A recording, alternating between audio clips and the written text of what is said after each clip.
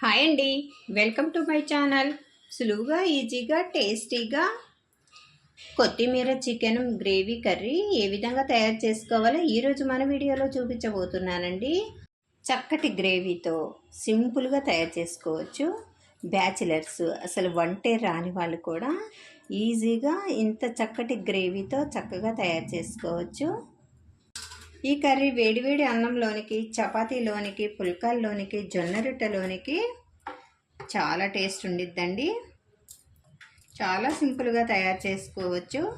మంచి టేస్టీ అయిన ఈ చికెన్ గ్రేవీ కర్రీ కొత్తిమీరతో సింపుల్గా ఎలా తయారు చేసుకోవచ్చో చూసేద్దామా మరి. చికెన్ని శుభ్రంగా కడిగేసుకోవాలండి. నీచు వాసన రాకుండా ఉండాలంటే కొద్దిగా పసుపు వేసుకొని, కొద్దిగా సాల్ట్ వేసుకొని కడిగేసుకోవాలి శుభ్రంగా. అప్పుడు నీచు వాసన